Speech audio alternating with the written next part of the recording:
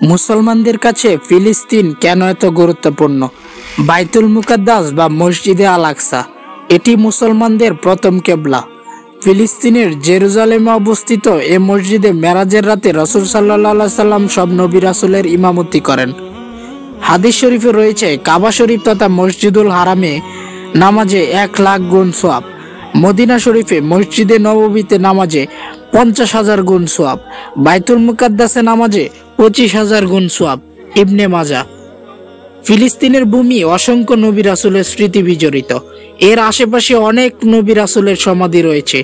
এটি দীর্ঘকালের ওহী অবতরণ স্থল, ইসলামের কেন্দ্র এবং ইসলামী সংস্কৃতির চারণ ভূমি।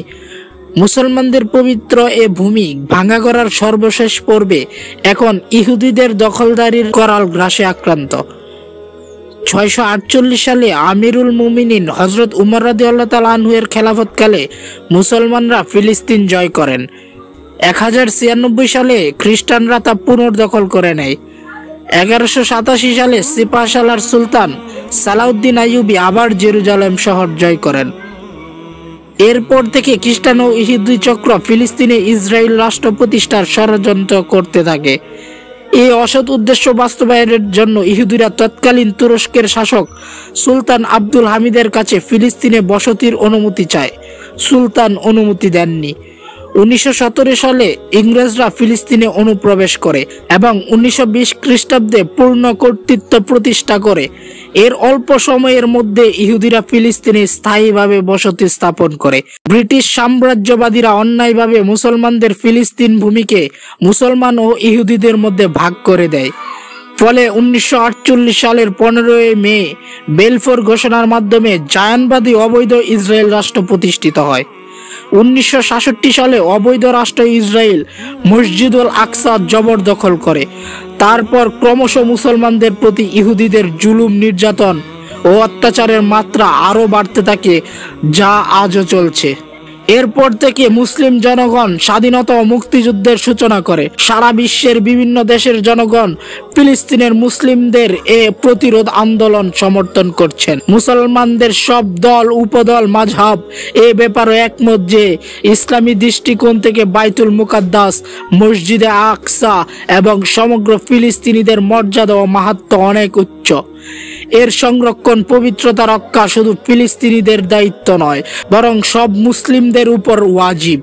পবিত্র কুরআন ও হাদিসে ফিলিস্তিনিদের অসংখ্য ফজিলত বর্ণিত হয়েছে। জেরুজালেম হলো ইসরা বা রাসূল সাল্লাল্লাহু আলাইহি সাল্লামের রাত্রিকালীন ভ্রমণের সর্বশেষ জমিন।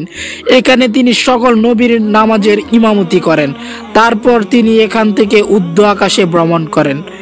আল্লাহ বলেন, পবিত্র এই মহিমাময় তিনি, যিনি তার বান্দাকে রাতে ভ্রমণ করিয়েছিলেন আল মসজিদুল হারাম থেকে মসজিদুল আকসা পর্যন্ত, যার পরিবেশ আমি করেছিলাম বরকতময়, তাকে আমার নিদর্শন দেখানোর জন্য।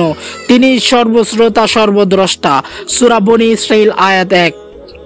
মসজিদুল আকসা ফিলিস্তিন হলো মুসলিমদের প্রথম কিবলা, যার দিকে মুখ করে রাসূল সাল্লাল্লাহু আলাইহি সাল্লাম ও সাহাবীরা 10 বছর পর্যন্ত নামাজ আদায় করেছেন। মহান আল্লাহ বলেন, তুমি যেখান থেকে বাহির হও না কেন মসজিদুল হারামের দিকে মুখ ফিরাও, এবং তোমরা যেখানেই থাকো না কেন ওর দিকে মুখ ফিরাবে। সূরা বাকারা আয়াত 150। হাদিসের আলোকে প্রমাণিত যে 3টি শহর সম্মানিত, মক্কা, মদিনা ও ফিলিস্তিন বা বাইতুল মুকাদ্দাস। সহিহ বুখারী ও মুসলিমে হযরত আবু খাইদ খুদরি রাদিয়াল্লাহু তাআলা আনহু হতে বর্ণিত, রাসূল সাল্লাল্লাহু আলাইহি সাল্লাম বলেন, 3টি মসজিদ ব্যতীত অন্য কোনো জায়গায় ইবাদতের উদ্দেশ্যে ভ্রমণে বের হওয়া যাবে না। মসজিদুল হারাম, মসজিদুল আকসা এবং আমার এই মসজিদ। হাদিস 707। হাদিস শরীফে এসেছে, রাসূল সাল্লাল্লাহু আলাইহি সাল্লাম হযরত বারা ইবনে আজিব রাদিয়াল্লাহু তাআলা আনহুকে 7টি জিনিসের আদেশ দিয়েছেন। এরই মধ্যে অন্যতম মাজলুমকে সহায়তা করা। বুখারী। তিনি যখন মুয়াজ ইবনে জাবাল রাদিয়াল্লাহু তাআলা আনহুকে গভর্নর হিসেবে ইয়েমেনে পাঠান, তখন তাকে দিক নির্দেশনা দিয়ে বলেন, মাজলুমদের ফরিয়াদকে ভয় করবে, কেননা তার ফরিয়াদ এবং আল্লাহর মধ্যে কোনো পর্দা থাকে না। বুখারী। ইসরায়েল ফিলিস্তিন সম্পর্ককে বাংলাদেশ জালিম মাজলুমের সম্পর্ক হিসাবেই দেখে। ফলে বাংলাদেশ সবসময় মাজলুম ফিলিস্তিনিদের পাশে দাঁড়িয়েছে, ফিলিস্তিনিদের মুসলিম ভাই হিসাবে আখ্যা দিয়েছে। সূরা আনআমে আল্লাহ তাআলা বলেছেন, জালিমরা কখনো সফল কাম হয় না। এই আয়াত পরে বিশ্ব মুসলিম আজও আশায় বুক বাঁধে ইসরায়েলের এই জুলুমের একদিন অবসান হবে। আল আকসাকে ঘিরে আবার জেগে উঠবে নিরাপদ প্রাণের স্পন্দন। অসংখ্য নবী রাসূলের পদধন্য এ ভূমি আবার খলখলিয়ে উঠবে আনন্দে।